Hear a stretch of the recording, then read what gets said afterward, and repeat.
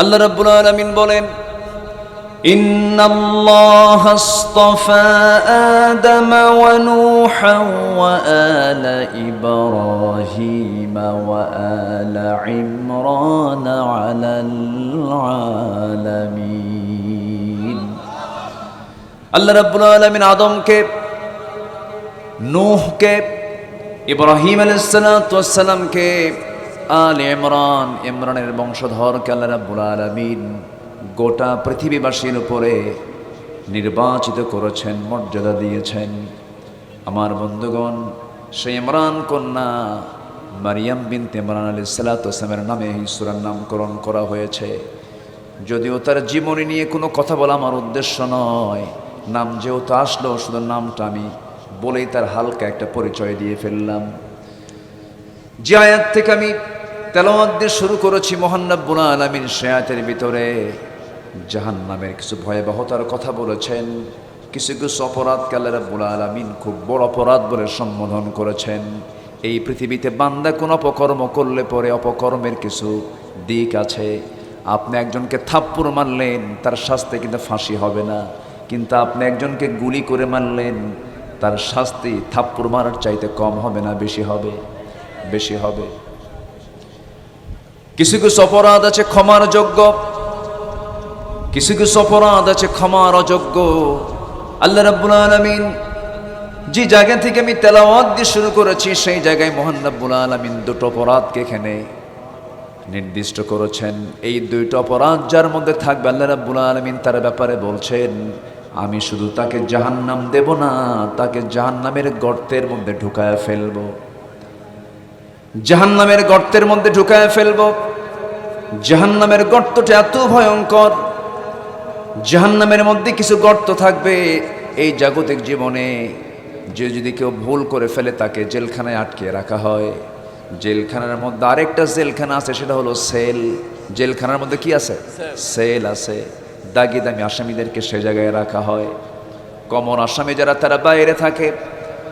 আল্লাহ রাব্বুল আলামিন বলছেন, বান্দা, যে সমস্ত জাহান্নামীরা কমন অপরাধ করেছে তাদেরকে শুধু জাহান্নাম দেব, কিন্তু কিছু কিছু অপরাধ আছে যে অপরাধের শাস্তি আমি আল্লাহ রাব্বুল আলামিন শুধু জাহান্নাম দেব না, জাহান্নামের গর্তের মধ্যে ফেলবো, গর্তের মধ্যে ঢুকায় ফেলবো, আরেকটা সেলের মধ্যে ঢুকায় ফেলবো।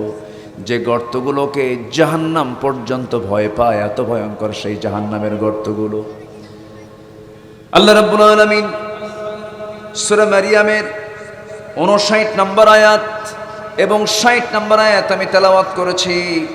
এই তিনটা আয়াতকে সামনে রেখে কিছু কথা বলতে চাই। শোনার আগ্রহ আছে তো নাকি? আমি তো ভয় পাচ্ছি, 11:15 বেজে যাচ্ছে, না জানি কখন আপনি আমারে থুইয়া মারেন দৌড়। আবার একে তো গরম, সব মিলে আমি টেনশনে আছি। আমাকে সময় দিচ্ছেন তো নাকি? এই মাহফিল সফল হবে আপনি গেলে না থাকলে।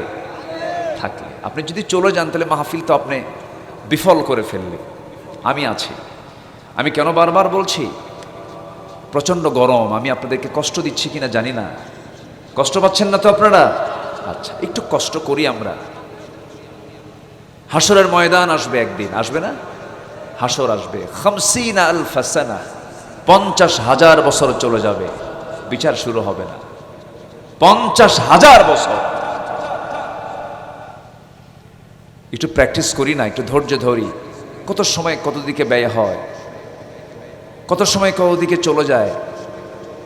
যে জায়গায় বসে আছি আমরা, শুধু এতটুকু মাথায় রাখবো, আমি যতটুকু সময় আমি এখানে বসে থাকবো, আমার আমল নামা থেকে গুনাহগুলো ঝরে যাবে, সওয়াবগুলো জমা হবে। এটা কিসের বদৌলতে বলেন তো? বলেন কিসের বদৌলতে বলেন তো? কোরআনের বদৌলতে। কোরআনের সম্মানে আল্লাহ তাআলা কি অফারটা দিয়েছেন। গুনাহগুলো ঝরতে থাকবে, সওয়াবগুলো হতে থাকবে। তো এমন একটা বরকতময় জায়গা, আমরা মুনাজাতের মধ্য দিয়ে আমরা এখান থেকে বিদায় নেব। জোরে বলি ইনশাআল্লাহ, আরো জোরে বলি ইনশাআল্লাহ। তাহলে আমার দিকে একটু তাকান। তাহলে সেই জাহান্নামের গর্তের মধ্যে কারা কারা ঢুকবে আমরা একটু জেনে নেই। তাহলে আমরা ওই কাজগুলো বাদ দিয়ে দেব, আমরা ওই কাজগুলোকে বর্জন করব, তাহলে আমাদের রাস্তা ক্লিয়ার হয়ে যাবে। আমাদের সবচেয়ে বড় চ্যালেঞ্জ হলো দুনিয়াতে হেরে যাওয়া, দুনিয়াতে হেরে যাওয়া না আখিরাতে জিতে যাওয়া? বলেন বলেন বলেন বলেন বলেন। আখিরাতে জিতে যাওয়া। দুনিয়াতে হেরে যাই সমস্যা নাই, কিন্তু আখিরাতে হেরে যাওয়া যাবে না। সবচেয়ে বড় চ্যালেঞ্জ হলো জাহান্নাম থেকে বাঁচে, জাহান্নাম থেকে নিজেকে বেঁচে নিয়ে জান্নাতের বাসিন্দা হতে পারা। আল্লাহ রাব্বুল আলামিন বান্দাকে ডাক দিয়ে বলছেন, বান্দা আমি তোমাকে এমন কিছু আমলের কথা বলবো নাকি যে আমলগুলো করলে পরে জাহান্নাম থেকে বাঁচবে তুমি, জান্নাতের মেহমান হয়ে যাবে তুমি। আল্লাহ সুন্দর করে অন্য জায়গায় বলছেন, হাল আদুল্লুকুম আলা তিজারাতিন তুনজিকুম মিন আযাবিন আলীম তুমিনুনা বিল্লাহি ওয়া রাসূলিহি ওয়া তুজাহিদুনা ফি সাবিলিল্লাহি বিআমওয়ালিকুম وأنفسكم ذلكم خير لكم إن كنتم تعلمون জোরে বলুন আল্লাহু আকবার। আল্লাহ রাব্বুল আলামিন বলছেন, বান্দা জাহান্নাম থেকে বাঁচিয়ে দিয়ে আমি তোকে জান্নাতের বাসিন্দা করব। শর্ত হলো ঈমান আনবি আমার উপরে, নবীর উপরে, আল্লাহ রাস্তায় জিহাদ করবি, মাল দিয়ে জান দিয়ে। আমি আল্লাহ তোকে জান্নাতের মেহমান বানায় নেব। জোরে করুন সুবহানাল্লাহ। ও বান্দা তুই এমন কোন গুনার কাজ করবি না। আল্লাহ রাব্বুল আলামিন বলেন, দুইটা অপরাধ করবে আমি তোকে জাহান্নামের গর্তের মধ্যে ঢুকিয়ে ফেলবো। ফাখালাফা মিন বা'দিহিম খালফুন আযাউস সালাহ ওয়াত্তাবাউশ শাহাওয়াত فسوف يلقون غيا। বান্দা তুমি যদি দুটো বড় অপরাধ, নাম্বার 1 হলো যারা নামাজকে নষ্ট করে ফেলেছে, জাগতিক জীবনে নামাজের কোনো গুরুত্ব দেয় নাই, নামাজের ধারে পাশেও যায় নাই, আবার নামাজ পড়েছে, নামাজ নষ্ট হয়ে গেছে, নামাজ নষ্ট করে ফেলেছে। এই বড় একটা অপরাধ যে বান্দা করবে, আমার আল্লাহ তাআলা কঠোর শব্দ প্রয়োগ করে বলছেন, ওই সমস্ত বান্দাকে জাহান্নাম শুধু নয়, জাহান্নামের গর্তের মধ্যে আমি আল্লাহ ঢুকাইয়া দেব। জোরে কোন নাউযু বিল্লাহ। তাহলে 1 নম্বর বড় অপরাধ হলো কি ছেড়ে দেওয়া? আসতে বলেন, কি ছেড়ে দেওয়া বলেন? নামাজ ছেড়ে দেওয়া। আমার দেশে নামাজ ছেড়ে দেওয়া লোক বেশি না নামাজ আদায় করা লোক বেশি? বলেন, নামাজ আদায়ের লোক বেশি না নামাজ ছেড়ে দেওয়া লোক বেশি?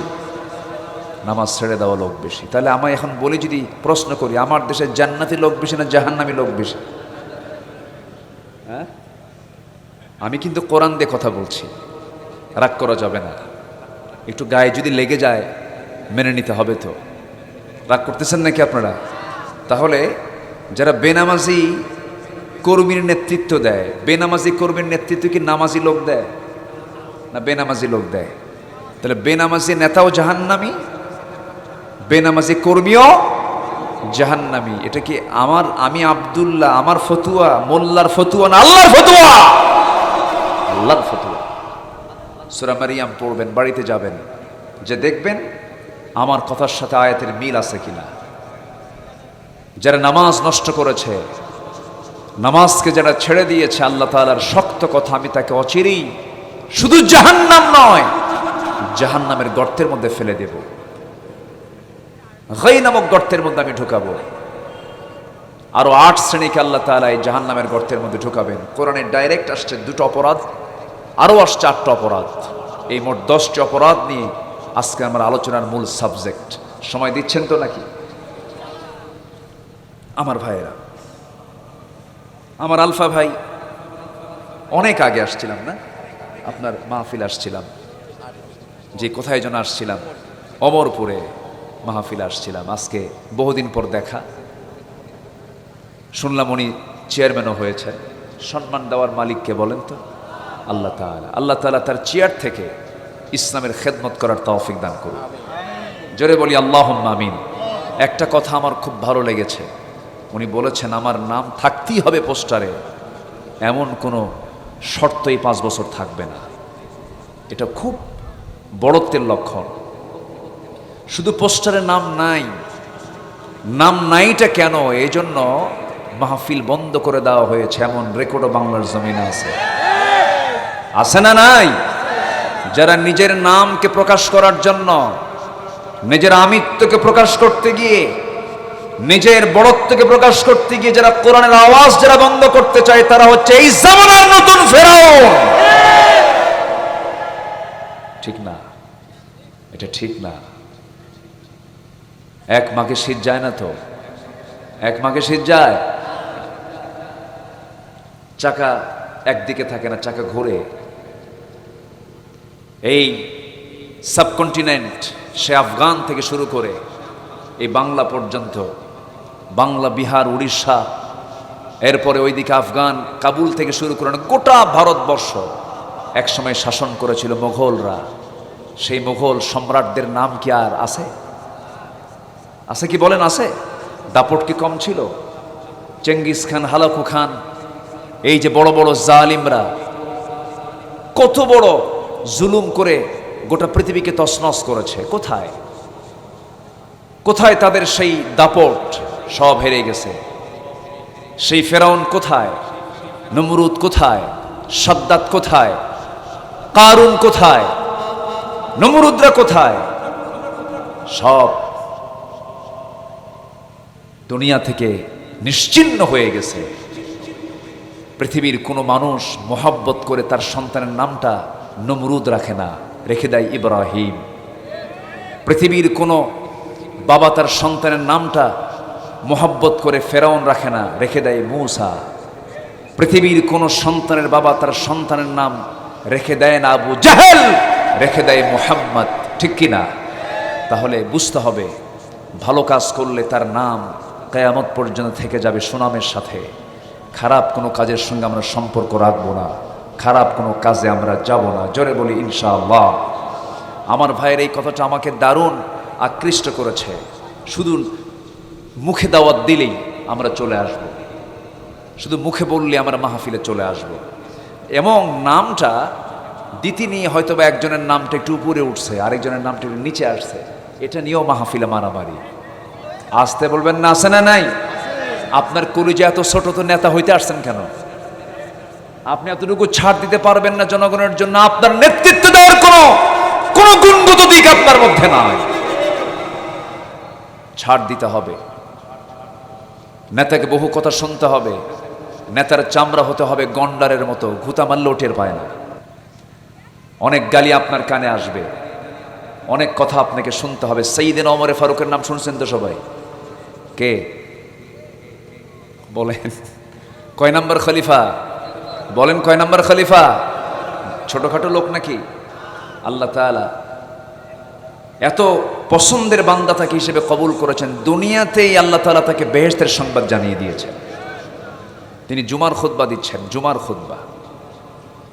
খুতবা দিতে নিয়ে সাইয়েদনা ওমর ফারুকের সামনে একজন মুসলিম নাগরিক সামনে দাঁড়ায় গিয়ে বলছে, ওমর খুতবা বন্ধ করে দাও, তোমার খুতবা আমি শুনবো না।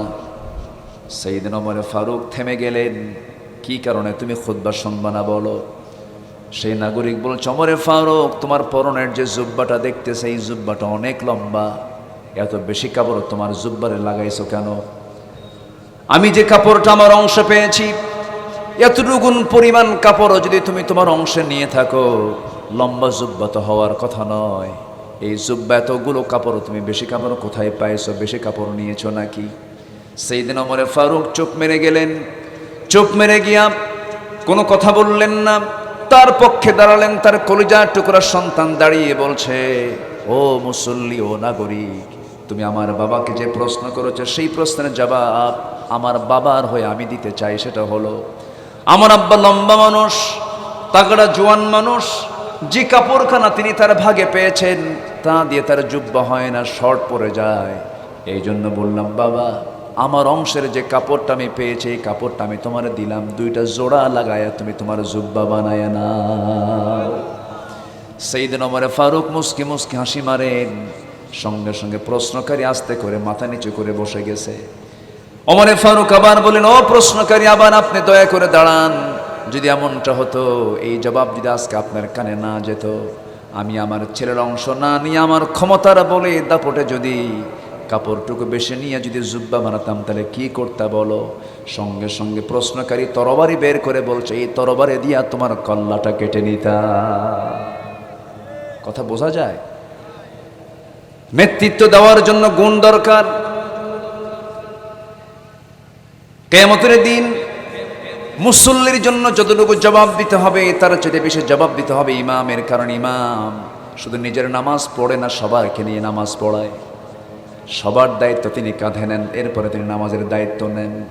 এই পৃথিবীতে দায়িত্ব যার যত বেশি, জবাবদিহিতা তার তত বেশি।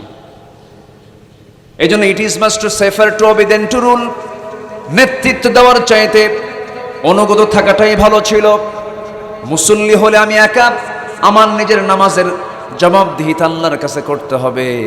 কিন্তু আমি যখন নামাজের দায়িত্ব পালন করব, জবাবদিহিতা শুধু একার না, সবার জবাবদিহিতা তাকে আদায় পালন করতে হবে। আমি কতটুকু দায়িত্ব পালন করেছি। আমার বন্ধুগণ, আমার ভাইরা, একটু মনোযোগ দিয়ে কতগুলো শুনুন।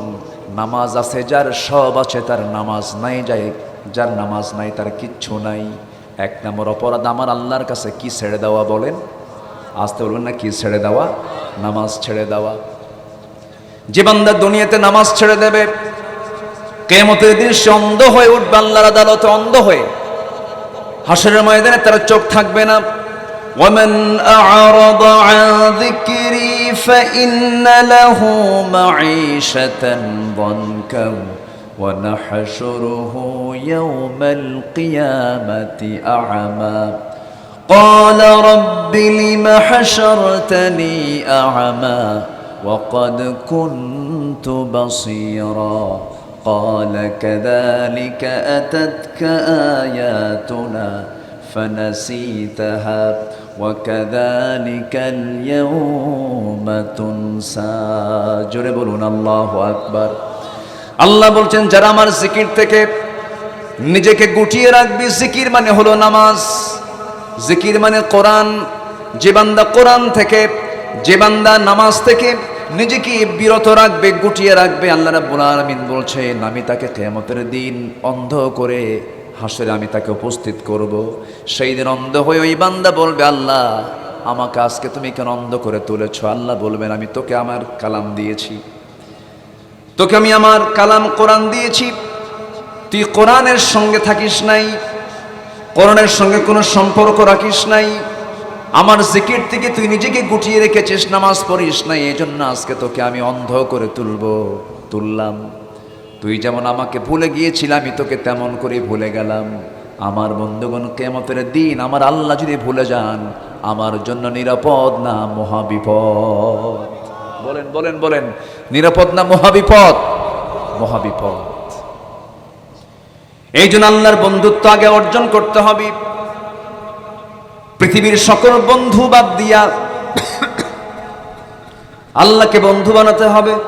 পৃথিবীতে ধনী হইতে নিয়ে আমরা ধনী বন্ধু তালাশ করি না, না, সবচেয়ে উত্তম ধনী বন্ধু তিনি কে বলেন? আল্লাহ তাআলা। আল্লাহর সঙ্গে বন্ধুত্ব করব, দুনিয়ায়ও ধনী, আখিরাতেও ধনী হয়ে যাব আমরা। আমার বন্ধুগণ, পৃথিবীর কোনো সম্পর্ক স্থায়ী নয়। যে অর্থটা আমরা কামাইয়ের জন্য দিনরাত পরিশ্রম করতেছে, যে সন্তানের মুখে এক মুঠো অন্ন দেওয়ার জন্য, স্ত্রী পরিবার পরিজনের সুখ শান্তির জন্য, আজকে আমি মরে যাব, স্ত্রী আমাকে ভুলে যাবে, আজকে আমি মরে যাব, সন্তান আমার সম্পত্তি নিয়ে মারামারি কাড়াকাড়ি শুরু করে দেবে। সম্পদ যত বেশি রেখে যাবেন, সন্তানদের মধ্যে তত কাড়াকাড়ি শুরু হয়ে যাবে বেশি বেশি। এই যে দুনিয়ার এই মোহ, দুনিয়ার এই সম্পদ, আমি চলে যাবার সঙ্গে সঙ্গে আমাকে সব ভুলে কবরে রেখে আসবে। আমি চলে গেলাম, আমার স্মৃতি চলে গেল, কিন্তু আমাকে যিনি ভুলবেন না, আমাকে যিনি ছাড়বেন না, তিনি আমার কে? আল্লাহ তাআলা। এই জন্য আমার বন্ধুগণ, হারামগুলো ছেড়ে দেব, সুদের কাছে যাব না। সুদ হলো হারাম, কিন্তু সুদকে আমরা আধুনিক নাম দিয়েছি। সুদের নাম হলো ইন্টারেস্ট। সুদের নাম কি? হ্যাঁ, ইন্টারেস্ট। সুদের নাম দিয়েছি আমরা ইন্টারেস্ট। আবার ঘুষের নাম দিয়েছি আমরা হলো বকশিশ। বলেছি ঘুষটাকে বকশিশ বলে সম্বোধন করি।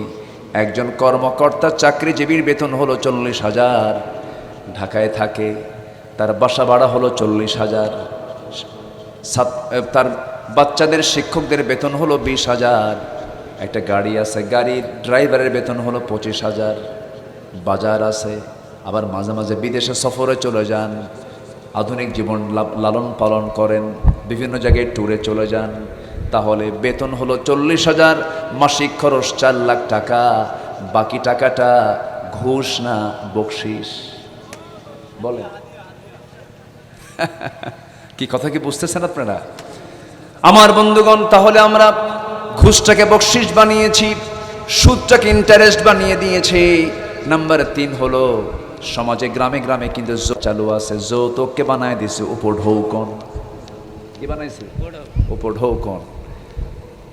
ছেলের বাড়িতে অনুষ্ঠান হবে, মেয়ের বাবা গুরু পাঠায় দেওয়া লাগে। আছে নাকি এগুলো? আছে না? এগুলো আছে না? আছে। এগুলো হারাম। কি লাভ ভাই? দরকার নাই। আমরা সকল বন্ধুত্ব ছেড়ে আমরা বন্ধুত্ব গড়ব কার সাথে? আসতে বলবেন না, কার সাথে? নামাজটা পড়লে সবচেয়ে বেশি খুশি হন কে? বলেন তো, কে খুশি হন? আল্লাহ তাআলা। আমার আল্লাহ এতটুকু অস্থির হয়ে যান। সহিহ হাদিস, আমার নবীজি বলেন, যখন কোনো বান্দা ওযু বানায়, যদি কোনো বান্দা ফজরের সময় যদি উঠতে নেয়, ফজরের ঠিক আগ মুহূর্তে শয়তান চলে আসে প্রত্যেকটা বান্দার কাছে এসে শিওরে বসে তাকে 3টা গিট মেরে দেয়। কয়টা গিট মেরে দেয়? 3টা গিট মেরে দেয়। 3টা গিট মেরে দিয়া চলে গেল। আমার রাসূল বলছেন, ও আমার সাহাবীরা, শয়তানের বেঁধে দেওয়া এই 3টা গিট যদি ছুটাতে চাও, 1 নাম্বার গিট ছুটবে হলো যখন তুমি আজানটা শুনবে, সঙ্গে সঙ্গে পিঠটাকে বিছানা থেকে ডিটাচ করে ফেলবে, উঠায় নেবে। সঙ্গে সঙ্গে এই যে ঘুম থেকে উঠে বসলে একটা গিট ছুটে গেল। এরপরে তুমি ওযু বানাবে, ওযু বানানোর মধ্যে আরেকটা গিট ছুটে গেল। আরেকটা তুমি কাজ করবে, ওযু বানায়া বাড়ি থেকে মসজিদ যত দূরে হোক না কেন, আর যতই কাছে হোক না কেন, দূরে হোক কাছে হোক, বাড়িতে নামাজ পড়লে 1 গুণ সোয়াব, মসজিদে নামাজ পড়তে গেলে ন্যূনতম 27 গুণ সোয়াব, আর মক্কায় নামাজ পড়তে পারলে 1 লক্ষ গুণ সোয়াব। একটু আস্তে বলি সুবহানাল্লাহ। মক্কায় যাবেন না আপনারা? আজ থেকে মক্কায় যাবেন না? এখন মক্কা নগরটা লোক কম না বেশি? এই মাসের নাম কি? বলেন বলেন বলেন বলেন, এই মাসের নাম কি? গোশত খাওয়ার মাস নাকি? গোশত খাওয়ার মাস। আল্লাহ খেতে বলেছেন, গোশত খাই আমরা, সমস্যা নাই। এই মাসের সাথে অনেক স্মৃতি জড়িত আছে। আমি বলবো, যদি আপনি আমাকে সময় দেন, আমি প্রয়োজনে বহু সময় দিতে রাজি আছি, কিন্তু আপনার থাকতে হবে। কারো কোনো আপত্তি নাই তো? জোরে বলি ইনশাআল্লাহ। এই মাসের সাথে একটা পরিবারের খুব সম্পর্ক আছে, সেটা হলো ইব্রাহিম পরিবার। কি পরিবার বলেন তো? ইব্রাহিমের পরিবার।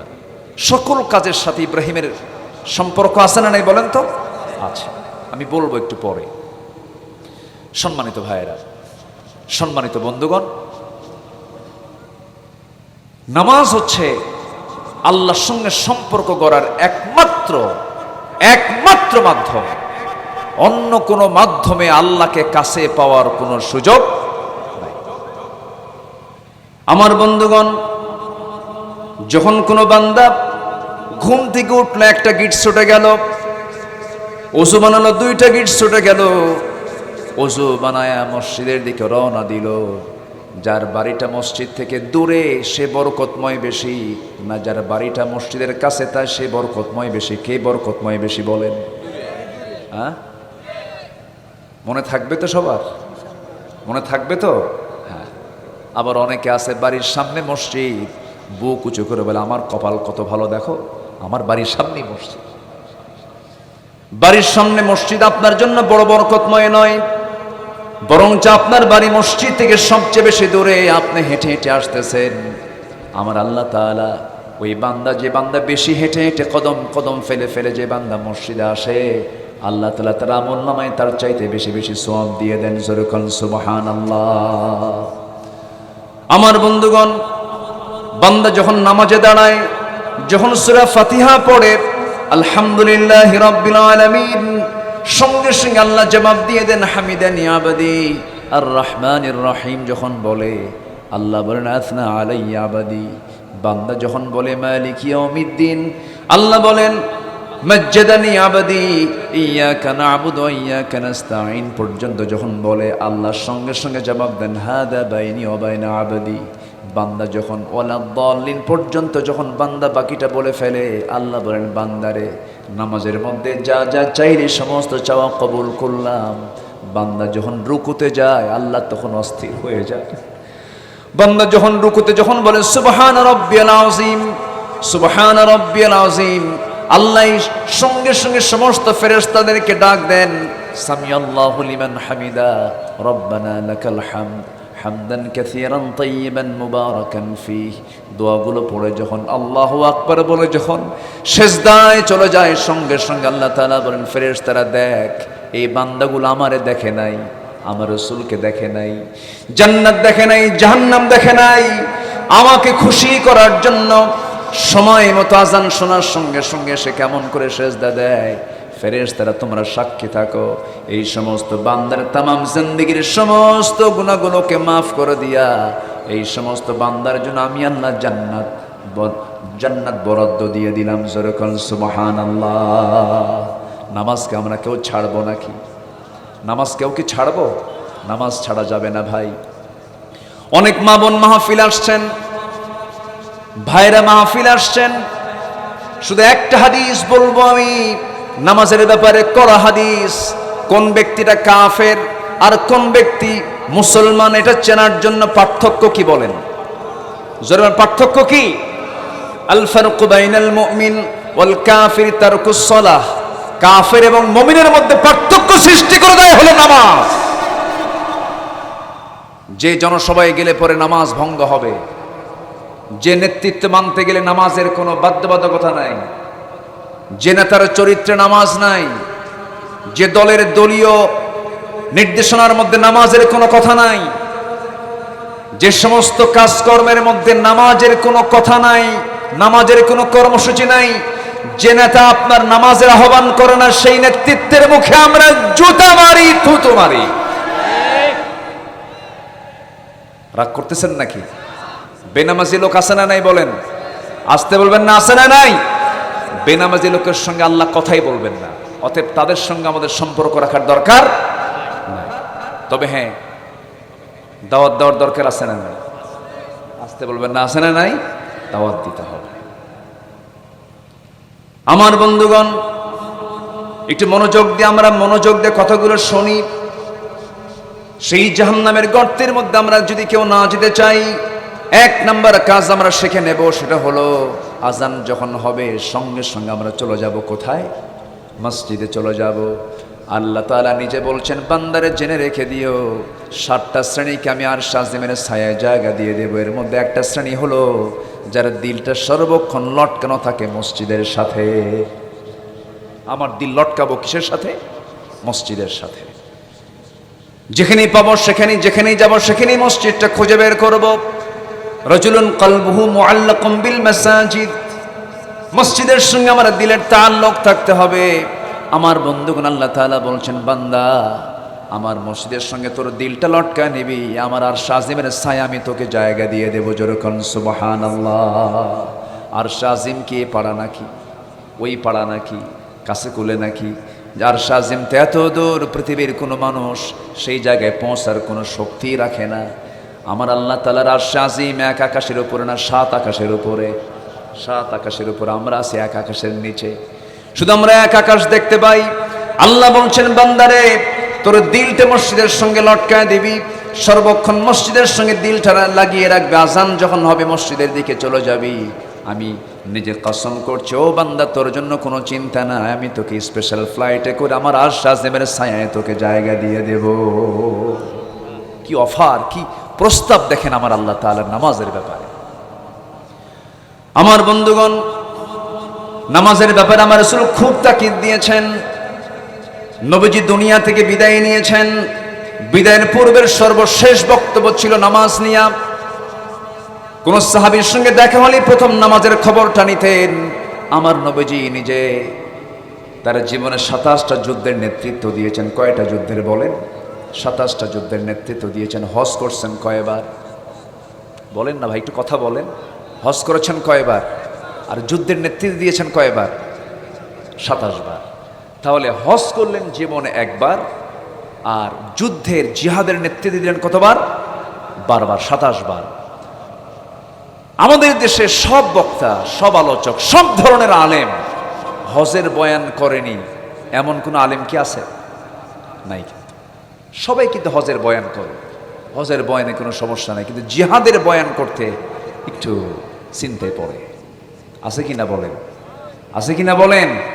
অথচ রাসূল জিহাদ করেছেন 27 বার, নেতৃত্ব দিয়েছেন তিনি, আর হজ করেছেন মাত্র জীবনে একবার। আমি বলছি না যে হজের গুরুত্ব নেই, হজের গুরুত্ব আছে, কিন্তু জিহাদের গুরুত্ব আছে না নাই?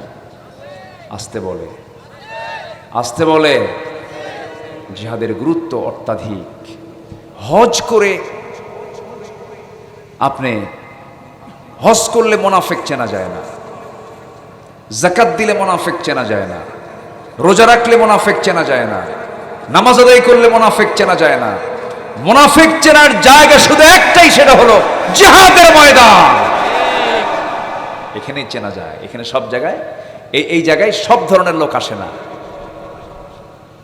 এখানে আসে হলো একমাত্র যারা ওমা উমিরু ইল্লা লিয়াবুদুল্লাহ মুখলিসিনা লাহুদ্দিন, তারাই একমাত্র এই জায়গায় আসে। আমার বন্ধুগণ,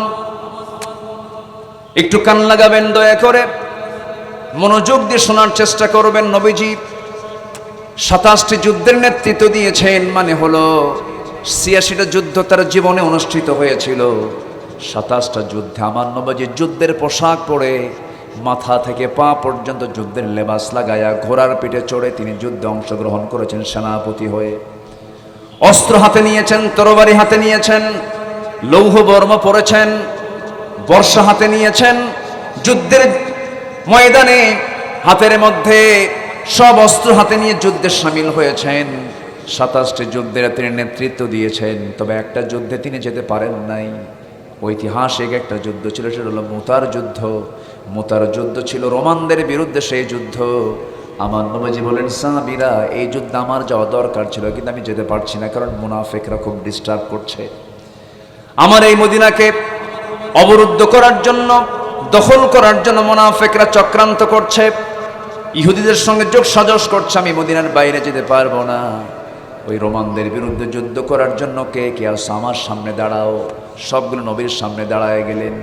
নবীর সামনে দাঁড়িয়ে আমার নবীজি বললেন, সাহাবীরা, এই যুদ্ধের সেনাপতি নিযুক্ত করা দরকার, আমি নিজে তো যাচ্ছি না, সেনাপতি নিযুক্ত করে দিলাম। যায়েদ, এই দিকে আসো, আমার পালক পুত্র এই দিকে আসো। তুমি হলে 1 নম্বর সেনাপতি যায়েদ। আমার জাফর চাচাতো ভাই জাফর বিন আবু তালেব, এই দিকে আসো, আবিসিনিয়া থেকে হিজরত করে এসেছো, আসো, তুমি হবে 2 নম্বর সেনাপতি। আব্দুল্লাহ বিন রাওহা, আমার কলেজার টুকরা সাহাবী, তুমি হবে 3 নম্বর সেনাপতি। সেনাপতি মোট কয়জন হয় বলেন? মোটে কয়জন হয়? কিন্তু রাসূল নাম নিলেন কয়জনের? 3 জনের। সাহাবে কেরামদের মধ্যে গুনগুন গুনগুন আওয়াজ শুরু হয়ে গেছে। নবীজি 3 জনকে এক কাতারে দাঁড় করায়া দিয়া সাহাবে কেরামকে বললেন, সাহাবীরা, আমার কলেজার টুকরা যায়েদ বিন হারিস যদি শহীদ হয়ে যায়, আমার জাফরকে পরবর্তী সেনাপতি বানায় দিবা। আমার জাফর যদি শহীদ হয়ে যায়, আব্দুল্লাহ বিন রাওহাকে পরবর্তী সেনাপতি বানায় দিবা। আমার আব্দুল্লাহ যদি শহীদ হয়ে যায়, তোমাদের মধ্য থেকে একজন সেনাপতি নিযুক্ত করে নিবা। মানে রাসূল বুঝায়া দিলেন, আমার 3টা সাহাবী আর ফিরে আসবে না। এই 3 সাহাবীর কানে এই কথা যখন চলে আসলো, সাহাবীরা তো মৃত্যুর ভয় করেন না। এই 3 জন সাহাবীর মুখে হাস্যোজ্জ্বল হাসি ফুটতেছে চেহারার ভিতরে। মুনাফিকরা পেছন থেকে সে কানে কানে বলছে, যায়েদ যুদ্ধে যেও না, জাফর যুদ্ধে যেও না, আব্দুল্লাহ যুদ্ধে যেও না, কারণ তোমরা নিশ্চিত 3 জন মারা যাবে, কারণ যুদ্ধের সেনাপতি একজন হয়। এই 3 জন ব্যক্তি, 3 জন সাহাবী একসঙ্গে বলে ফেলেন, মুনাফিকরা, তোরা আমাদেরকে কোন দিকে নিয়ে যেতে চাস জানিস না, তবে আমরা নাকের মধ্যে জান্নাতের ঘ্রাণ পেতেছি। যেরকম সুবহানাল্লাহ। আমার বন্ধুগণ, আমার নবীজি এই 3 জনকে দায়িত্ব দিয়ে পাঠায় দেবেন। এমন সময় বলেন, যায়েদ, তোমার সঙ্গে আমার জীবনের শেষ সাক্ষাৎ হতে পারে, যাও পরিবারের কাছ থেকে বিদায় নিয়ে আসো। তিনি বলছেন, হুজুর, কোথায় আর যাবো? আয়েশা আমার মা, আপনি আমার আব্বা, যাওয়ার কোনো জায়গা নাই, নাকের মধ্যে জান্নাতের ঘ্রাণ পেতেছে। হুজুর, যুদ্ধে আমি রওনা দিয়ে দিলাম। জাফর বিন আবু তালেবকে রাসূল বলেন, আমার চাচাতো ভাই, বউকে সময় দিতে পারো নাই, আবিসিনিয়ায় ছিলাম, সন্তানদের কাছ থেকে বিদায় নিয়ে আসো, যাও যাও, আমি বলে দিচ্ছি। জাফর বিন আবু তালেব বলছেন, হুজুর আমারও যাওয়ার প্রয়োজন ছিল না, আপনি বলার কারণ আমি পরিবারকে একটু সময় দিয়ে আসি। দরজার সামনে গিয়ে দাঁড়ালেন, দরজা খুলে গেল, মুসকে মুসকে হাসি মেরে সন্তান দুইটাকে দুই উরুর উপরে বসায় রেখে আদর করলেন। স্ত্রীর দিকে তাকায় বলছেন, স্ত্রী আমার, আমি তোমাকে একটু ভালো করে দেখে নিচ্ছি, চিরদিনের মতো আমাকে বিদায় দিয়ে দাও। মুতার যুদ্ধের সেনাপতি নিযুক্ত হয়েছি, যুদ্ধ করে যেন শহীদ হয়ে আল্লাহর জান্নাতে যেতে পারি। তারা জান্নাতকে কত কাছে টেনে নিয়েছেন, আল্লাহকে কত কাছে টেনে নিয়েছেন। আমার বন্ধুগণ, এই কথা বলা মাত্রই স্ত্রী চোখ পানি টলমল করছে। স্ত্রী কাঁদতে কাঁদতে বলছেন, স্বামী আমার, যুদ্ধে যেতে বাধা দেব না, অবশ্যই যুদ্ধে যাবেন। কেন যুদ্ধে যাবেন না, জিহাদে কেন যাবেন না, যান, কিন্তু আমার সন্তানগুলো ছোট ছোট, আপনি মারা গেলে তো, শহীদ হলে তো সন্তানগুলো এতিম হয়ে যাবে। এই এতিম সন্তান নিয়ে আমি কাটাবো সময় কেমন করে? অতএব আমি আপনার জন্য দোয়া করি, অন্তত আপনি যুদ্ধে যে শহীদ না হয়ে গাজী হয়ে আমাদের মাঝে ফিরে আসেন।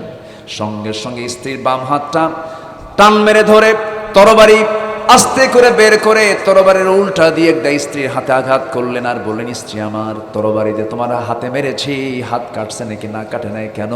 উল্টা করে মেরেছেন, উল্টা দিকে আঘাত করেছেন। আব্দুল্লাহ জাফর বিন আবু তালেব বলছেন, আমার স্ত্রীরে, আমি তোমাকে আঘাত করলাম তরবারির উল্টা দিক দিয়ে, জন্য কাটলো না।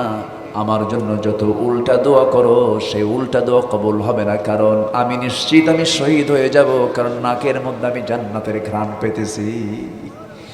আমার আগে একজন সেনাপতি, পরে একজন সেনাপতি, আমার জন্য দোয়া করো, আমি যেন শহীদ হয়ে যাই। এই কথা বলে জাফর বিন আবু তালেব সন্তানদের দিকে আর তাকালেন না, চক্ষু বন্ধ করে দরজা খুলে দৌড় মারলেন। পেছন থেকে সন্তানগুলো বারবার আব্বা আব্বা বলে ডাকে, কাটা কবুতরের মতো ছটফট করে, একটা বারের জন্য ফিরে তাকালেন না। যুদ্ধে ঝাঁপিয়ে পড়লেন জাফর।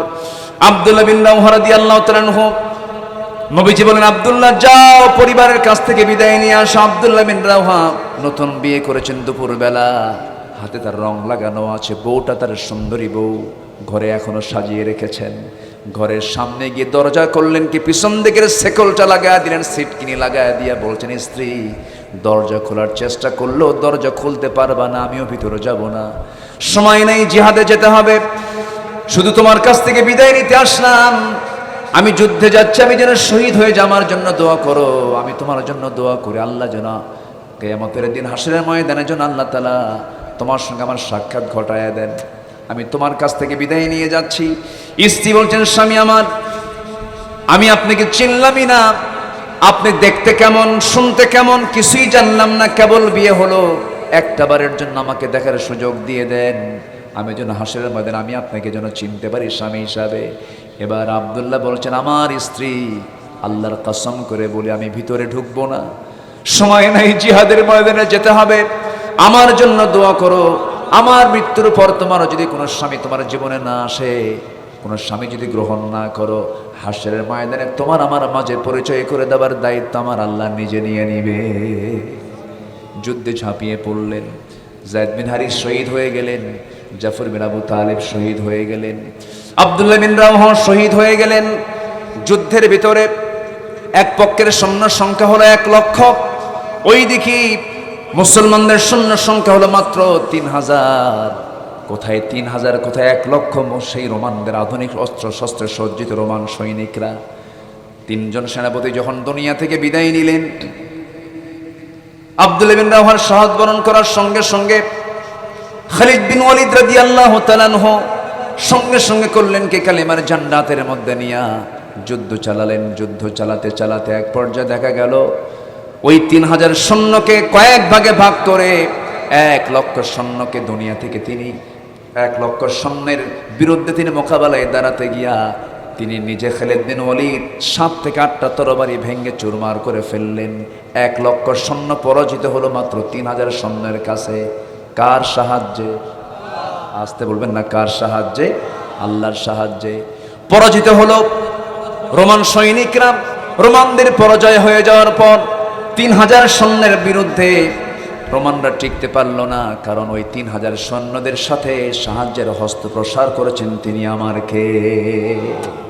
মুসলমানদের বিজয় হয়ে গেল। খালিদ বিন ওয়ালিদ কালিমার বিজয়ী পতাকা নিয়ে হাতের মধ্যে নিয়ে ছুটে চললেন মদিনার দিকে। মদিনার ভিতরে যখন ঢুকে গেলেন, নবীর সঙ্গে যখন দেখা হয়ে গেল, সালাম বিনিময় হলো, আমার নবীজি কিচ্ছু বললেন না। যুদ্ধে জয় হলো না পরাজয় হলো, আগেই প্রশ্নগুলো না করে রাসূল প্রথমেই বলে ফেলেন, সাহাবীরা জিহাদে অংশগ্রহণ করেছে ভালো কথা, নামাজটা ঠিক মতো আদায় হয়েছে নাকি? কথা কি বোঝা যায়?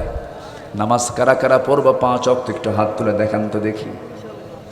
জোরে বলি ইয়া আল্লাহ, আরো জোরে বলি ইয়া আল্লাহ।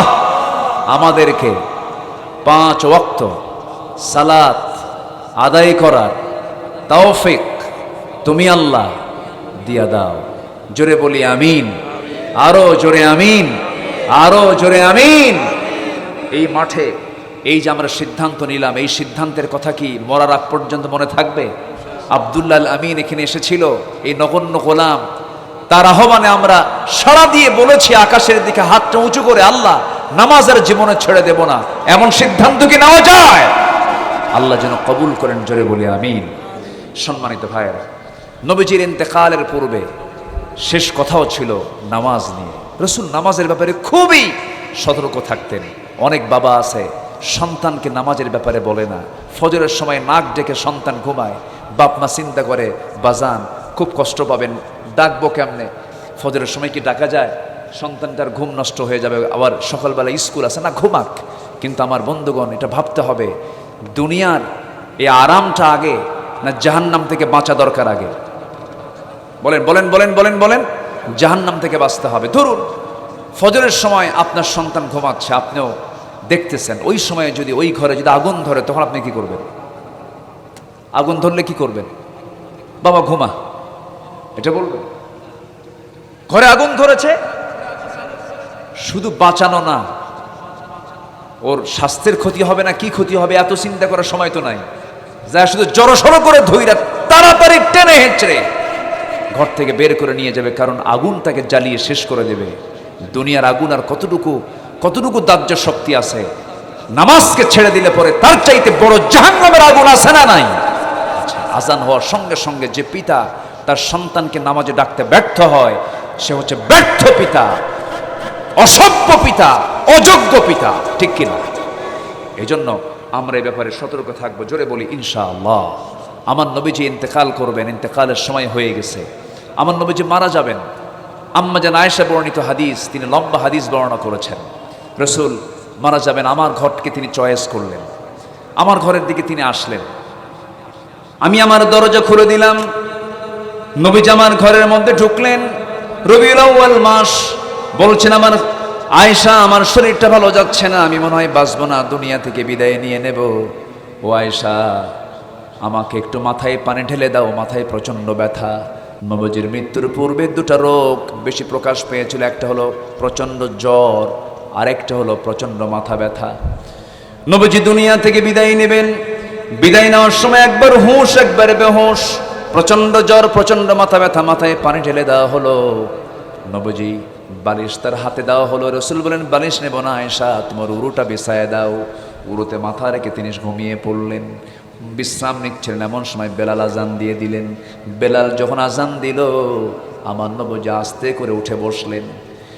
বসে তিনি একাই ওঠার চেষ্টা করছিলেন, তিনি মাথা ঘুরে আবার পড়ে যেতে নিচ্ছেন। আম্মা জান আয়েশা তাকে ধরে আবার আস্তে করে শোয়া দিলেন। রাসূল বলছেন, আয়েশা রে, বেলাল তো আজান দিল, আমি তো যেতে পারতেছি না। আম্মা জান আয়েশা বলছে, না ইয়া রাসূলুল্লাহ, আপনার যাওয়ার তো মতো কোনো সমর্থ আপনার নাই, শক্তিটা আপনার নাই। নবীজি আমার বললেন, ওরে আয়েশা, আমার সাহাবীরা তো আমার অপেক্ষার প্রহর গুনবে, আমি কখন যাব?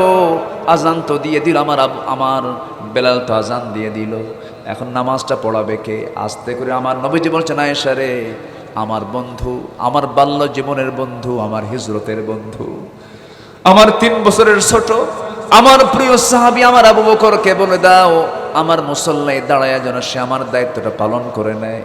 আম্মা জান আয়েশা এটা আস্তে করে ডাক দিয়ে জানায় দিলেন। নামাজ শুরু হয়ে যাবে, নবীর মুসল্লা আরেকজন দাঁড়ায় গেছে, সাহাবে কেরামদের মধ্যে হাউমাউ শুরু হয়ে গেছে।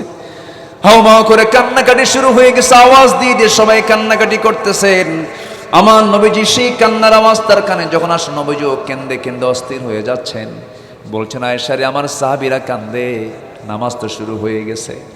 আমার নবীজি বলছেন, আয়েশা তুমি আমাকে ধরো তো, আমার সাহাবীরা কেমন করে নামাজ পড়ে, আমি একটা নামাজের চিত্রটা দেখতে চাই। আমার নবীজি আস্তে করে আম্মা জান আয়েশার ঘাড়ে হাত দিয়া তার উপরে ভর করে খোঁড়ায় খোঁড়ায় জানালার কাছে গেলেন। সাহাবেকরাম নামাজ পড়তেছিলেন মসজিদে নববীর ভিতরে, নামাজ পড়তেছিলেন। সাহাবীরা রুকুতে যান, সেজদার মধ্যে যান। আমার নবীজি তার চোখের কোনা বেয়ে বেয়ে টপ টপ করে পানি পড়ছিল। নবীজি কান্দেন কিন্তু কোনো আওয়াজ নাই, কিন্তু চোখের কোনা বেয়ে বেয়ে টপ টপ করে পানি পড়ছে।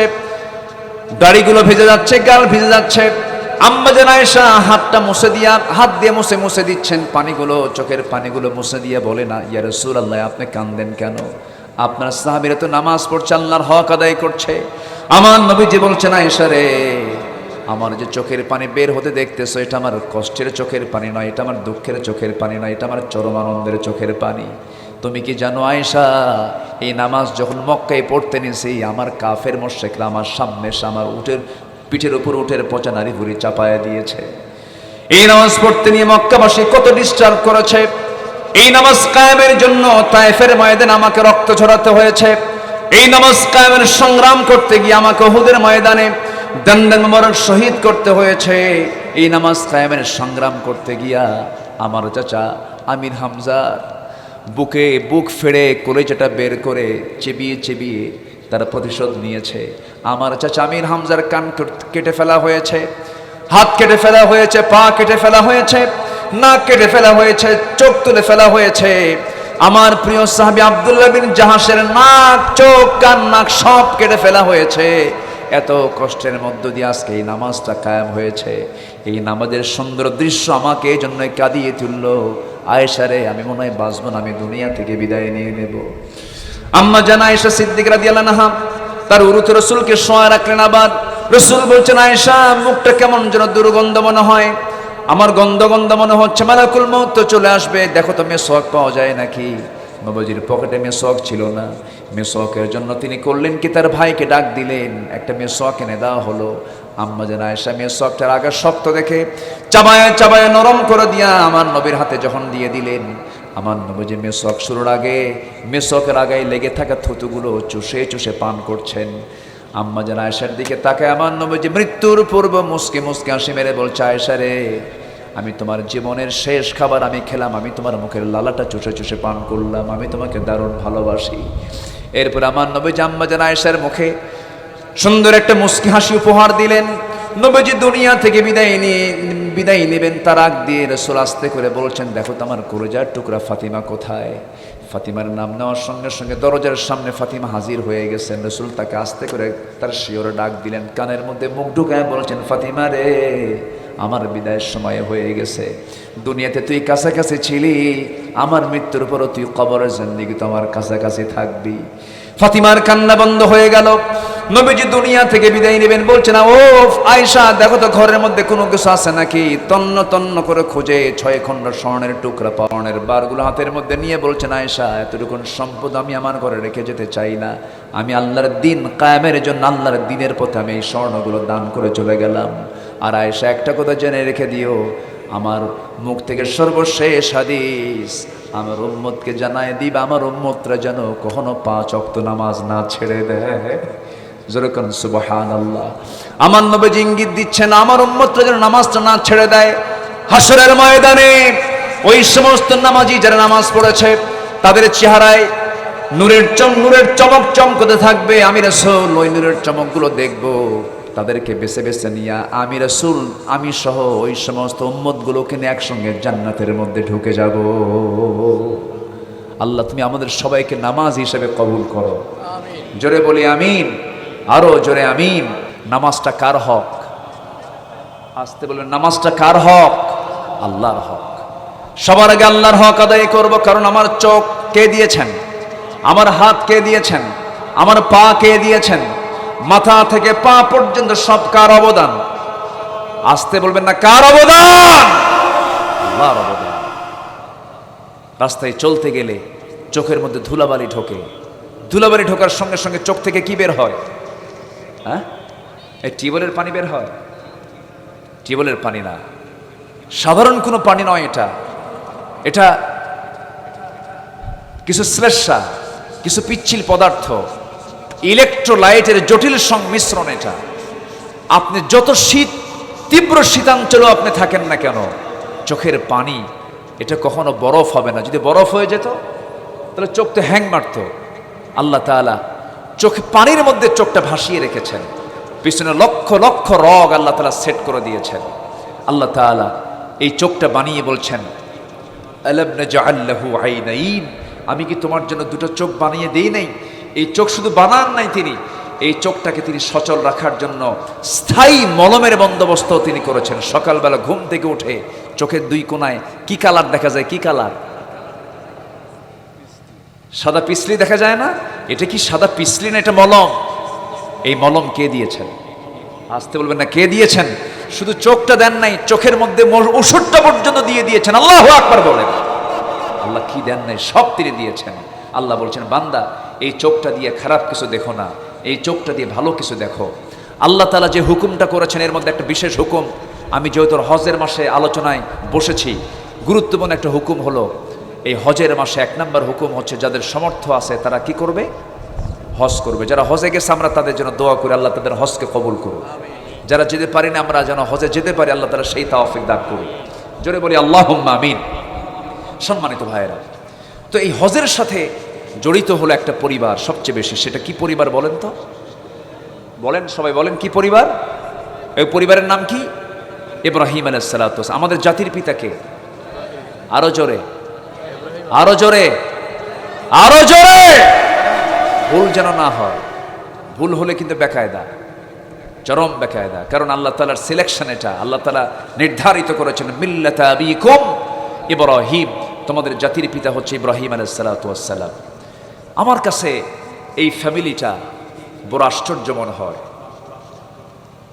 বিশেষ করে আমার আব্বা ইব্রাহিম। আমার আব্বাকে বলেন, বলেন আমাদের আব্বাকে, ইব্রাহিম আলাইহিস সালাতু ওয়াস সালাম। আল্লাহ তাআলা তাকে বিশাল একটা পরীক্ষা করেছেন, জন্ম থেকেই তার পরীক্ষা। আমি আজকে সূরা সাফফাত সারাদিন স্টাডি করেছি, কিন্তু আমি আলোচনা শুরু করেছি সূরা মারিয়াম থেকে। কিন্তু একটু জোড়া লাগাই দেবো, একটু হজের মাস তো একটু জোড়া লাগাই দিচ্ছি। আমাকে সময় দিচ্ছেন তো আপনারা? এত সুন্দর মানুষ, আপনারা এত ধৈর্যশীল।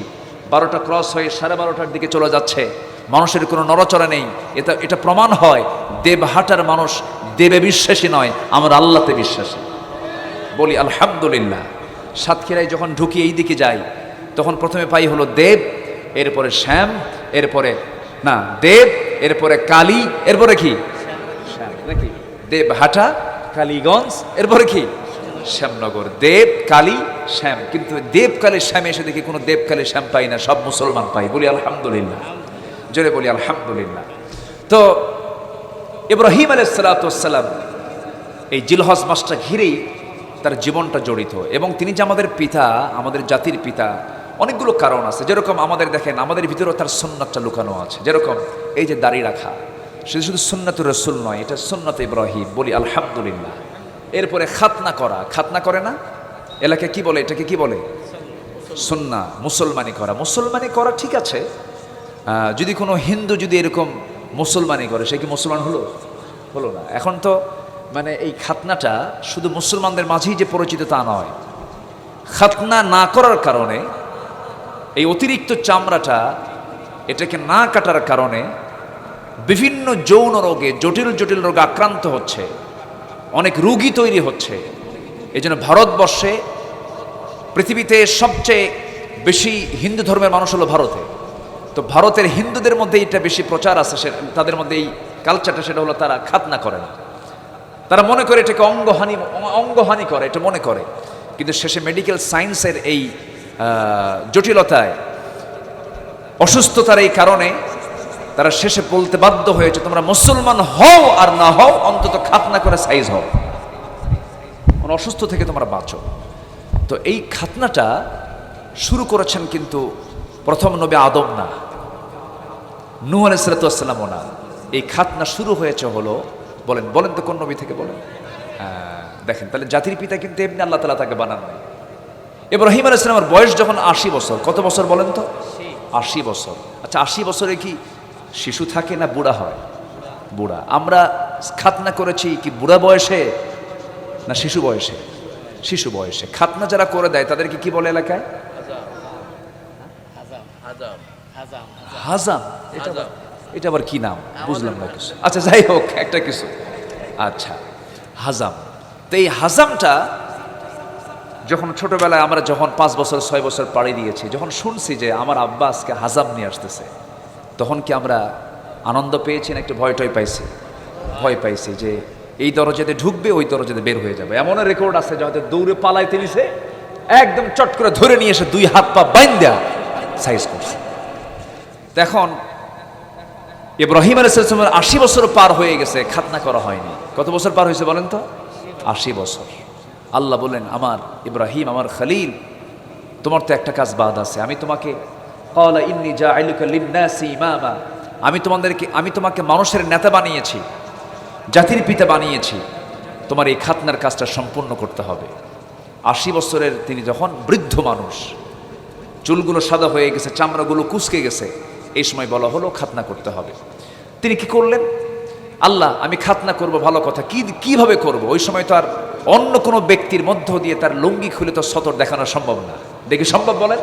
সম্ভব না। এখন দেখেন খাতনা কি নিজে করা সহজ না কঠিন বলেন তো? শুধু কঠিন না, অনেক কঠিন, অনেক কঠিন। বলা হলো ইব্রাহিম তোমার খাতনা তোমাকেই করতে হবে। উনি করলেন কি, একটা 22 নিলেন। 22 আগের কাঠমিস্ত্রির আগের যুগে, এখন তো মেশিন দিয়ে কাজ করে, কাঠমিস্ত্রি যারা, উড কার্পেন্টার যারা, কাঠমিস্ত্রি যারা, তারা কি করে, ওই যে আগের যুগে ওই যে 22 যেটা যে বগলের নিচে থুইয়া, এটাকে কি বলে? 22 বলে না কি বলে? হ্যাঁ 22 না হ্যাঁ 22 বলে। এখনকার আধুনিক ছেলেপেলারা এগুলো জানবে না, এগুলো তো এখন ব্যবহার কমে গেছে। তো এই জাতীয় একটা, জাস্ট এটাকে বলবো আমরা বাঁশ কাটে কি দিয়া, কুড়াল জাতীয়, বাস আমি খুব সহজে বোঝানোর চেষ্টা করি। কুড়াল জাতীয় একটা অস্ত্র, কাঠের অস্ত্র, কাটা এমন একটা কুঠার নিয়ে, কুড়াল নিয়ে বলা হলো ইব্রাহিম এটা দিয়ে তুমি সাইজ করো, যাও বনে যাও। উনি একটু আড়ালে চলে গেলেন, খাতনার কাজ তিনি সম্পূর্ণ করলেন। আজ অবধি শুধু নয়, কিয়ামত পর্যন্ত তার এই সুন্নাহ প্রতিটি মুসলমান পালন করবে। বলেন আলহামদুলিল্লাহ। তিনি জাতির পিতা হচ্ছেন আমাদের, কে বলেন? ইব্রাহিম আলাইহিস সালাতু ওয়াস সালাম। 80 বছর বয়স হলো, ওই সময় পর্যন্ত তার কোনো সন্তানাদি নাই। বউ আছে কিন্তু বাচ্চা নাই। প্রথম বউটার নাম হলো সারা আলাইহিস সালাতু ওয়াস সালাম। কি নাম বলেন তো? সারা আলাইহিস সালাতু ওয়াস সালাম। বউ আছে কিন্তু বাচ্চা নাই। তো আল্লাহ তাআলা তাকে বিশাল পরীক্ষার মধ্যে ফেলে দিয়েছিলেন। আল্লাহ তাআলা এমন পরীক্ষার মধ্যে ফেলে দিলেন, তিনি তো ছিলেন একটু মানে স্ট্রেট ফরওয়ার্ড মানুষ। তার বাপ ছিল মুশরিক, তিনি ছিলেন ইমানদার।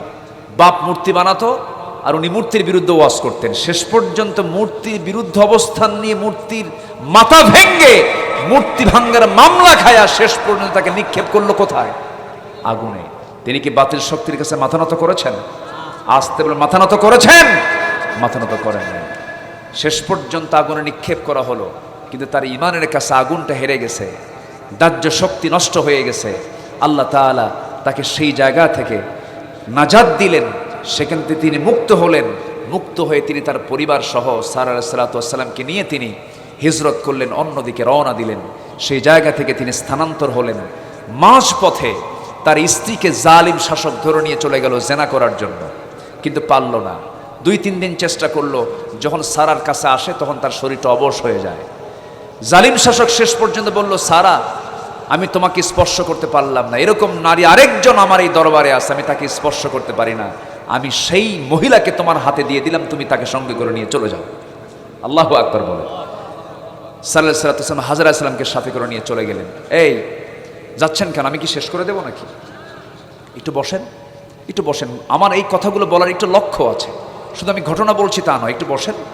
তো সাল্লাল্লাহু আলাইহি ওয়াসাল্লাম তিনি করলেন কি, যাওয়ার সময়, ফেরার সময় জালিম শাসকের কাছ থেকে কুড়ে পাওয়া আল্লাহর এক পছন্দের বান্দি হাজরা আলাইহিস সালাতু ওয়াস সালামকে সাথে নিয়ে স্বামীর সামনে হাজির করলেন। বললেন, ইয়া আমার স্বামী, আমি তো শুধু একা আসলাম না, সাথে আরেকজনকে নিয়ে আসলাম, আপনি আপনার স্ত্রীত্বে এটাকে গ্রহণ করুন। বলুন আল্লাহু আকবার। তিনি বিয়ে করে নিলেন। আল্লাহর ফায়সালা, সন্তানও হয়ে গেল। সন্তান যখন পেটে আসলো, আল্লাহ বললেন, হাজেরা, আমার আল্লাহর অর্ডার হয়ে গেছে, তোমাকে একটা জায়গায় রেখে আসতে হবে, আমার সঙ্গে তোমার যেতে হবে। নিয়ে চলে গেলেন কাবার পাশাপাশি। সে সময় কোনো লোক সেখানে বসবাস করতো না। এখন যারা কাবায় যাচ্ছেন, হজে যাচ্ছেন, এটা অকল্পনীয় ছিল। ওই কাবার চত্বরে কাম সারছে। আচ্ছা, আমার দিকে তাকান। আউযু বিল্লাহি মিনাশ শাইতানির রাজীম, আউযু বিল্লাহি মিনাশ শাইতানির রাজীম। আমার ভাইয়েরা, তো কাবার চত্বরের পাশেই ওখানে দুজনকে, মানে দুজন তো না, সে সময় পেটের সন্তান ইসমাইল হাজরা আলাইহিস সালাতু ওয়াস সালামকে আস্তে করে ওই জায়গায় রেখে আসলেন। বললেন, হাজরা, তোমাকে এই জায়গায় একাকী রেখে যেতে হবে। কিচ্ছু বললেন না, শুধু বললেন, আমার স্বামী, আপনি যে আমাকে এখানে একাকী নির্জন পরিবেশ, আমি একজন নারী, আমাকে একা রেখে যাচ্ছেন, এখানে কি আল্লাহর কোনো ইঙ্গিত আছে? হ্যাঁ, আমার আল্লাহর ইঙ্গিত আছে। ঠিক আছে, আপনি চলে যান। এই ক্ষেত্রে আমার কোনো ক্লেম নেই, কোনো অভিমান নেই, কোনো রাগ নেই, কোনো গোসা নেই। আল্লাহ আমাকে বাঁচাবেন, যেরকম সুবহানাল্লাহ। চলে গেলেন। সন্তান ডেলিভারি হলো। সবার ইতিহাস কম বেশি জানা আছে। সব ইতিহাসের সাথে হজের সমস্ত কাজের মিল আছে না নাই? আচ্ছা, সন্তান ডেলিভারি হয়ে গেল।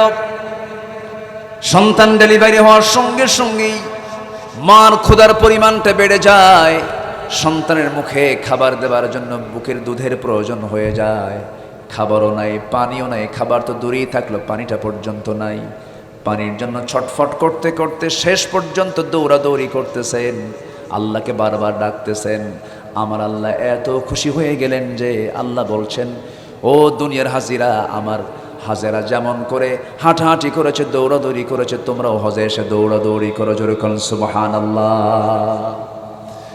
আমার বন্ধুগণ, ওই কাবার চত্বরে একজন নারীর শুধু কবর আছে। কয়জন নারী?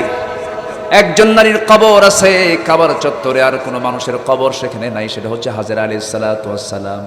আল্লাহ তাআলা তাকে এত সম্মান দান করেছেন, এত মর্যাদা দিয়েছেন।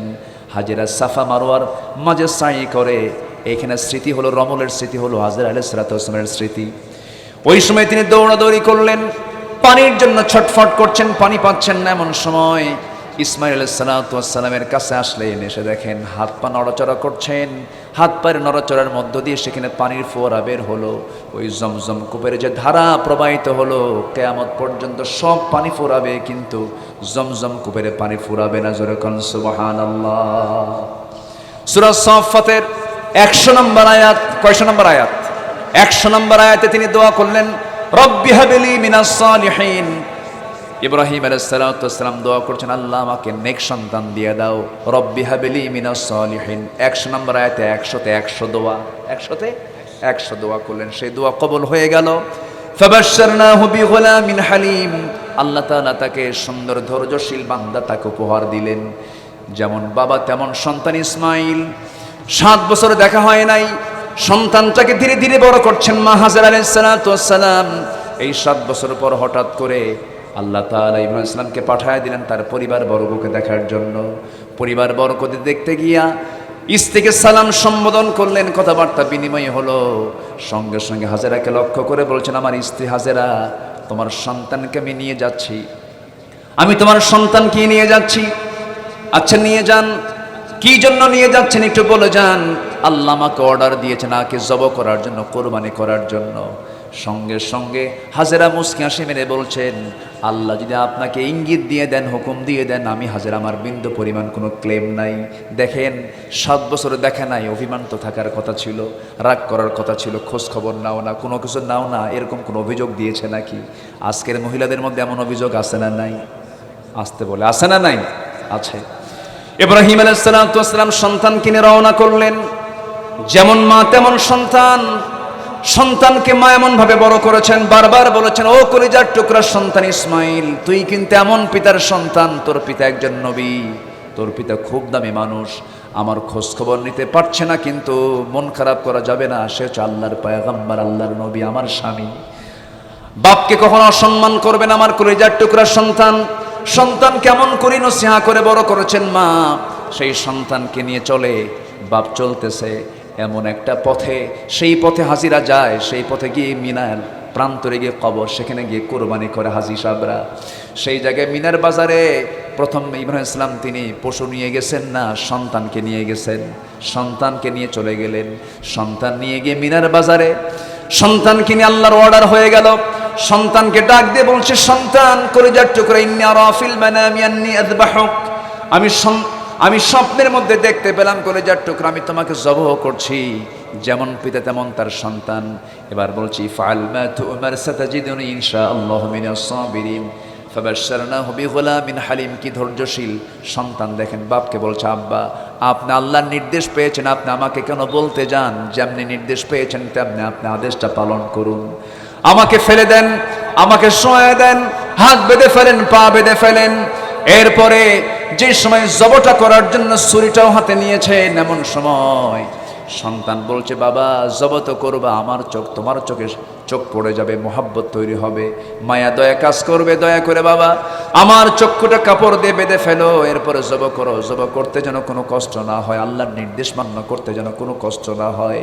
সঙ্গে সঙ্গে বাপ যখন আল্লাহর নির্দেশ পালন করার জন্য যখন ছুরি চালাতে লাগেন, আল্লাহ তাআলা বলছেন, ও আমার ইব্রাহিম, আমি তোর নিয়তকে কবুল করে নিয়েছি। লাইয়ানালাল্লাহু লুহুমুহা ওয়ালা দিমাউহা ওয়ালাকিন ইয়ানালুহুত তাকওয়া মিনকুম। আল্লাহর দরবারে গোশত যায় না, আল্লাহর দরবারে কোনো রক্ত পৌঁছে না, আল্লাহর দরবারে পৌঁছে যায় হলো তার তাকওয়া। জান্নাত থেকে পশু পাঠানো হলো, জান্নাত থেকে সেই পশু পাঠানোর সঙ্গে সঙ্গে সেই পশুটা জবাহ করা হলো। ওই যে ইব্রাহিম স্যাক্রিফাইস করলেন, ওই যে ইব্রাহিম কুরবানির শিক্ষা দিলেন। আমার বন্ধুগণ, শুধু পশু কুরবানি দিয়া শুধু কুরবানির হক আদায় হবে না, দিন কায়েমের জন্য প্রয়োজনে নিজের জীবনকে উৎসর্গ করতে হবে আল্লাহর পথে। এটাই হলো কুরবানির মূল শিক্ষা। শুধু পশুর রক্ত নয়, দিন কায়েমের জন্য যদি নিজের বুকের তাজা প্রাণ ঢেলে দিতে হয়। সবাইকে রাজি আছেন? সবাইকে রাজি আছেন? রাজি আছেন কারা কারা? হাত উঁচু করে দেখা।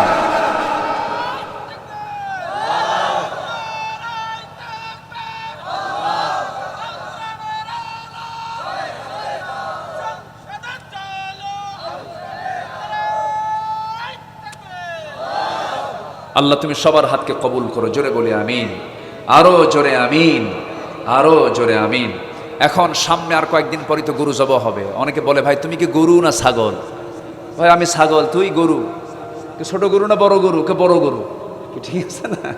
আচ্ছা, এখন এই গরু জবাহ নিয়ে দেখবেন এই কোরবানির কয়েকটা দিন কিছু মানে পশুপ্রেমী, কিছু পশুপ্রেমী এরা বলে যে আল্লাহ তাআলা এটা কি হুকুম দিল, একদিনে লক্ষ লক্ষ প্রাণী জবাই করা হয়, এটা পশুদের প্রতি চরম পশুত্ব আচরণ। ওরে বাপরে বাপ, কি দয়া মায়া দেখছেন। এদিকে মুরগির রান আর গ্রিল খায় রীতিমতো হোটেলে গিয়া, ওটা কি পশু না? ওটার কি প্রাণ আছে না নাই? প্রাণ আছে না নাই? আচ্ছা, ওরা বলে জবাহ করে প্রাণী কষ্ট পায়, জবাহ করে প্রাণী কষ্ট পায়, এই কষ্ট দেওয়ার মধ্যে এটা কি ইবাদত? এই জাতীয় মন্তব্য করে।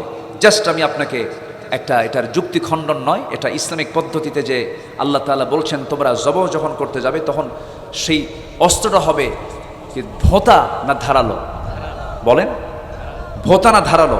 রাসূল বলেছেন ধারালো অস্ত্র দিয়ে যদি তুমি জবাহ না করো এটা তোমার চরম অন্যায় হবে, চরম অন্যায়, এটা চরম জুলুম হয় ওই প্রাণীর উপরে। এটাকে রিসার্চ করে আধুনিক গবেষণায় এটা গবেষণা করা হয়েছে। গরু জবাইয়ের সময় EEG পরীক্ষা করে গরুর মস্তিষ্ক এবং ECG করে গরুর হার্ট দেখা হয়। একটা গবেষণায় পরীক্ষায় দেখা যায় জবাইয়ের প্রথম 3 সেকেন্ডে ওই পরীক্ষার ভিতরে কোনো পরিবর্তন দেখা যায় না, অর্থাৎ গরু কোনো ব্যথা অনুভব করে না।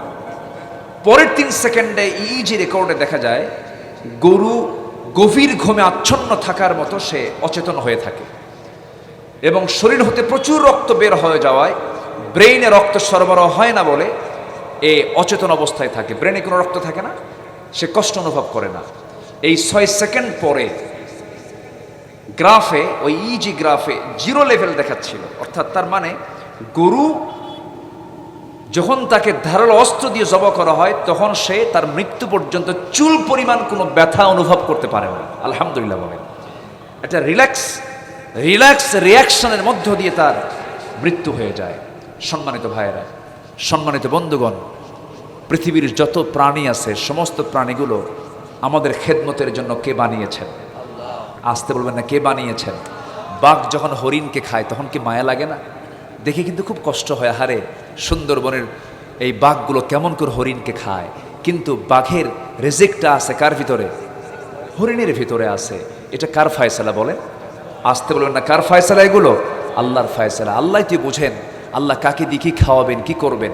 সম্মানিত ভাইয়েরা, সম্মানিত বন্ধুগণ, আসুন এই জিলহজ মাসের গুরুত্বপূর্ণ যে ইবাদতগুলো আছে, বিশেষ করে সামনের যে কোরবানির পর্বগুলো আছে, দেখবেন অনেকে আছে কোরবানি দিতে নিয়ে মানুষকে দেখানোর জন্য দেয়। এটা ঠিক নয়।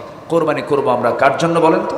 আল্লাহর জন্য করবো, আমরা আল্লাহকে খুশি করার জন্য করবো। আসুন আল্লাহ তাআলা আমাদের সবাইকে এই কোরবানির মাসে, জিলহজ মাসে আল্লাহ তাআলা আমাদেরকে তার পছন্দের বান্দার কাতারে শামিল করে নেন, তার পছন্দের কাজগুলো করার তৌফিক আমাদেরকে দান করেন। আমি আমার কথা আর বাড়াচ্ছি না, যতটুকুন হয়েছে আমরা বলে ফেলি আলহামদুলিল্লাহ।